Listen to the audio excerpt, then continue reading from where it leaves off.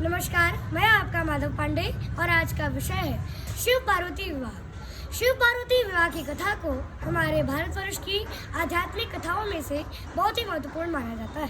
शिव विवाह फाल्गुन कृष्ण पक्ष की चतुर्दशी तिथि को महाशिवरात्रि अर्थात शिव विवाह बड़ी धूमधाम से तथा हर्षोल्लास से मनाया जाता है। मान्यता है कि भगवान शिव की 2 शादियां हुई थी। पहली शादी माता सती प्रजापति दक्ष की छोटी पुत्री सती के साथ हुई। ब्रह्मवश मोह के कारण माता सती ने सीता का रूप धारण कर लिया, इसलिए भगवान शिव शंभु ने माता सती का परित्याग कर दिया। फिर माता सती ने अपने पिता प्रजापति दक्ष के यज्ञ में पहुंची।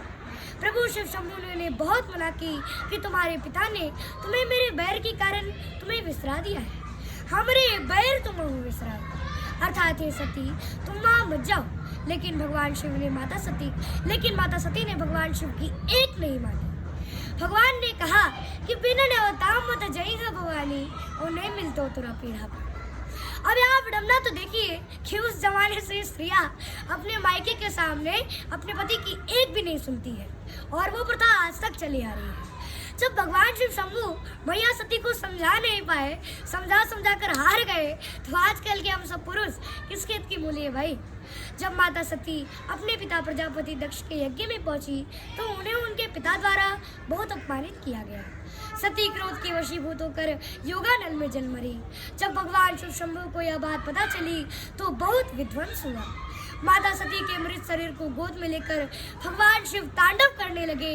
तब भगवान विष्णु ने आकर माता सती के शरीर को अपने चक्र से 51 टुकड़े में कर गिराया। तब से जहाँ जहाँ माता सती का शरीर कटकर गिरा वहाँ वहाँ शक्तिपीठ स्थल हो गया। टोटल 51 शक्तिपीठ है। माता सती ने योगानल में जलते समय भगवान श्री हरि से वर मांगा था कि सती मरत हरि सन वर मांगा, जन्म जन्म शिव पद अनुरागा, तही कारण ही मैं गिरि गृह जाई, जन्मी पार्वती तनु भाई।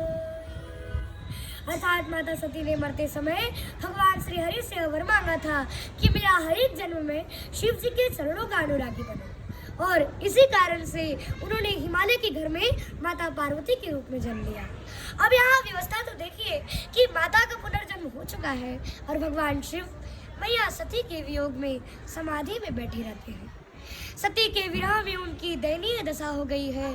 वे सती के ध्यान में मग्न हो गए, अर्थात वे समाधिस्थ हो गए। और इधर तारकासुर ने और इधर माता पार्वती युवती हो गई और उधर उनके माता पिता को विवाह की चिंता होने लगी। अचानक नारद जी का महल में आगमन हुआ।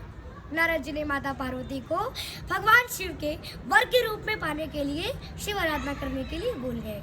अब यहाँ माता पार्वती नारद जी के निर्देशानुसार माता पार्वती अपनी सखी विजया और मालिनी को साथ लेकर तपस्या करने लगी। इतनी कठिन तपस्या की कि वो अपने शरीर को एक तृण की तरह सुखा दिया, अंजल त्याग दिया और घास खाने लगी थी। तब से उनका एक नाम अर्पणा भी पड़ा था। और इधर तारकासुर ने ब्रह्मा जी से वरदान मांग लिया कि हमारी मृत्यु भगवान शिव जी के पुत्र के हाथों से, और वरदान पाकर वह तीनों लोक में उधम मचाने लगा। सारे देवी देवता त्राय त्राय करने लगे। तब सभी देवी देवता भगवान शिव को मनाने आए, लेकिन भगवान शिव तो समाधि में बैठे थे। उन्हें समाधि से जगाए तो जगाए कौन? उन्हें समाधि से जगाने के लिए रति और कामदेव का सहारा लिया गया। जब कामदेव ने महाकाल पर अपना पुष्पबाण चलाया तो महाकाल की समाधि कामदेव पर काल बनकर टूटी और कामदेव तत्क्षण ही उसी समय जलकर भस्म हो गए।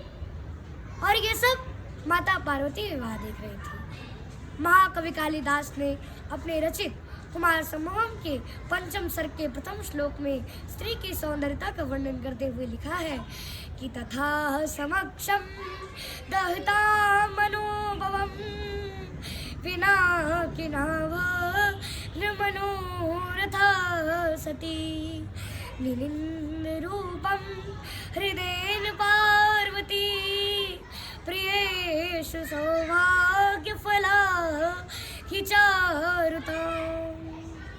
अर्थात माता सती ने कामदेव को भस्मात होते देखकर भगवान शंकर की क्रोधाग्नि से कामदेव को भस्मात होते देखकर माता पार्वती ने अपनी सुंदरता की निंदा करने लगी कि यदि कोई नारी अपने सुंदरता से अपने प्रियतम को ना लुभा सकी तो उसकी सुंदरता व्यर्थ है। रघुवंश में राजा अज का इंदुमती के लिए विलाप तथा शिव का सती के लिए संताप और रति का कामदेव के लिए विलाप बड़ी ही करुणा भरी विलाप है। इसका वर्णन नहीं किया जा सकता। माता पार्वती की तपस्या की परीक्षा लेने के लिए भगवान शिव स्वयं ही वहां पहुंचे। वे छोटा सा भटू ब्रह्मचारी के वेश में माता पार्वती के पास पहुंचे और वहां जाकर माता पार्वती से भगवान शिव की शिकायत करने लगे कि वह तो योगी, रहने का स्थान नहीं, खाने का अन्न नहीं, पहनने का वस्त्र नहीं, वह तो श्मशान में रहता है, वह तो भांग धतूरा खाता है, निर्वस्त्र रहता है, तुम कैसे उस अघोरी के साथ अपना जीवन यापन करोगी। बटुक और भी कुछ बोलना चाहता था कि माता पार्वती ने अपने सखियों से कहा कि निवारिता मालिकीमप्यं बटु पुनर्वक्षुः स्फुरितो उत्तराधर न केवलं यो